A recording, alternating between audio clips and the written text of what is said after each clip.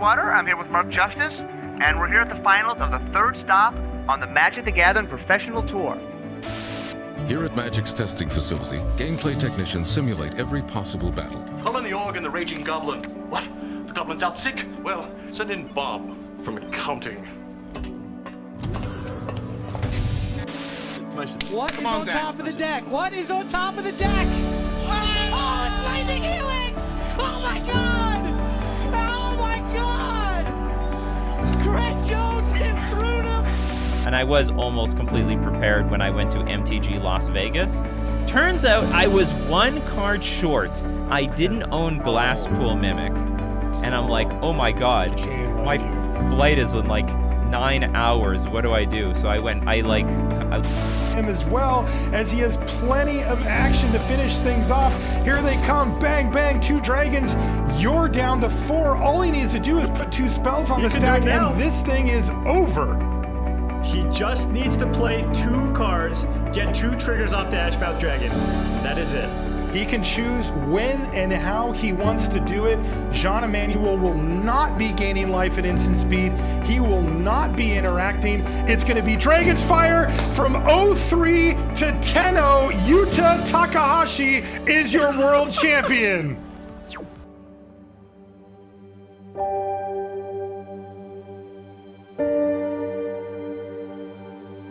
Magic: The Gathering, a game where you, the player, are dubbed Planeswalker. As a Planeswalker, you wield spells, beasts, and machinery from a deck of cards aimed at crushing your opponents. Released in 1993, Magic: The Gathering has amassed over 35 million players worldwide and consists of more than 15,000 unique game pieces over its 29-year history. That rich history carries with it the drums of war and stories from an eternal battlefield. In 2020, when the community and the world was plummeted into isolation during a pandemic, the battlefield was suddenly silenced and barren.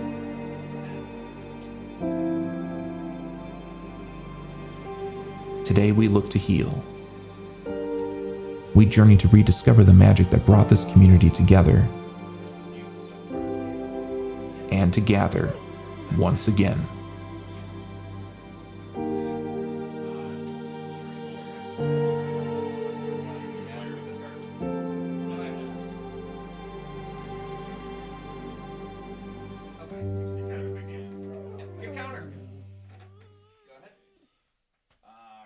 The pandemic made it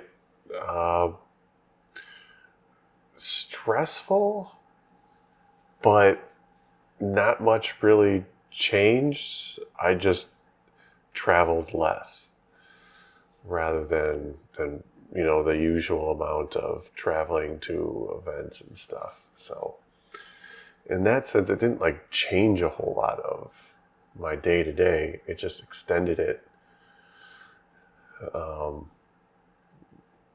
And the stress was more about, kind of what everyone else was dealing with,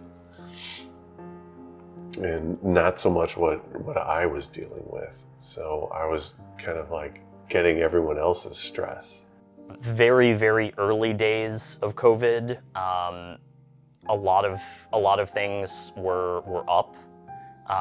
And then as people got more used to being hunkered down, money got tight, sales went way down. When the first round of stimulus checks went out, a lot of people bought boxes. Overall, I would say probably averaged out just a little bit lower than it was before, but not devastating. But it's really just been a game of trying to roll with the punches and keep adapting as circumstances change. It was really hard when the game shops shut down, because to me, I like to play Magic primarily because I like to talk to people I like to be a part of their lives for 5 minutes, right? So that piece kind of, went into hibernation for a period of time, and we were very lucky that our game shop didn't shut down through that. They closed, but they survived the pandemic. So I think that made it really hard to stay connected to some of those people that we met that we wouldn't normally have talked to them outside of just going to F&M or Thursday Night Magic or whenever we played, right? But with COVID hit, we led to the massive supply shortage for many things, the biggest one of them being top loaders. So being a at-home seller on TCG, going from a nickel to 20-25 cents a top loader was tough thing financially, especially since a lot of cards I sell, the lowest I'll list is 20 cents. So you're losing money real quick at that point. So my full-time job is a mechanical design engineer, and I wanted to see if I could find an alternative solution to top loaders. So I ended up creating a brand new product called Shipping Shield. It's a cardboard top loader replacement. Looks like a little envelope. I started selling it. It took probably 2 months to develop, 2 months to fundraise, to pay for all the one-time costs of my first lot, and then another 6 weeks to wait for it to get produced. When I first introduced it sort of to the public, it was the TCG Pro retailer group. Got a lot of interest, got a couple sales. But my first order was 50,000, and I probably sold a little under half of it in 3 weeks. Holy cow. It was kind of rough for a while, honestly. And I didn't realize it at first how much I would miss playing the game every Thursday night. That's when Game U holds modern events. So I didn't realize how much I'd miss playing every Thursday night until we got about January 2021, and I realized I haven't played this game outside of my own house for like a full year now. Yeah.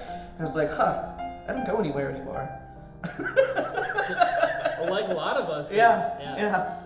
I think it's easy for someone in my position, who like owns a store or someone who plays a lot of competitive events to forget that I think the majority of Magic players have never been in a game store, right? They're playing kitchen table, they're playing with their friends, they're playing at summer camp. I had, right before COVID, I had like 5 or 6 different kids who were going to the same summer camp who all came in and got their free intro decks. And that was how they played Magic, was just, with their friends.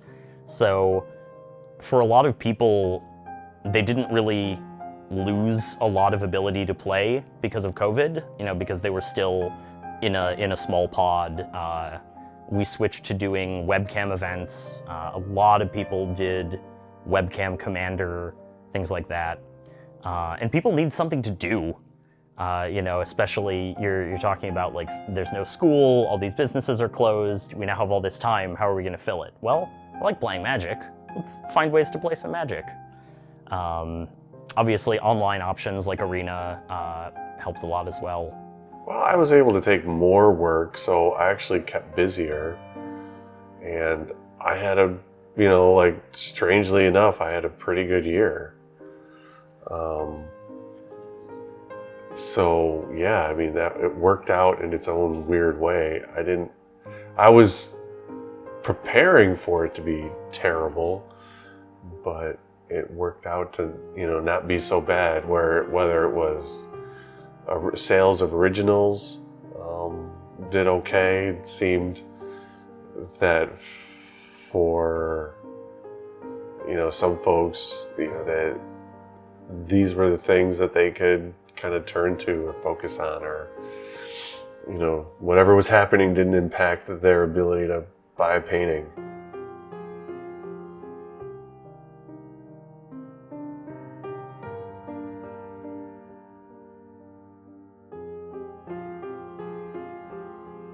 Okay, so I will make 3 green mana with Heritage Druid effect. Azuri. And then I will go ahead and activate the Curing Ranger, untap this Mystic, land for turn, and I will make, let's see, 1, 2, I like how we debated not playing Mardu because we were worried about blowing the Elves deck out. yeah, so 1, 2, and then a black and Shaman. Oh 1, my 2, God. 3, 4, 5, 6, 7.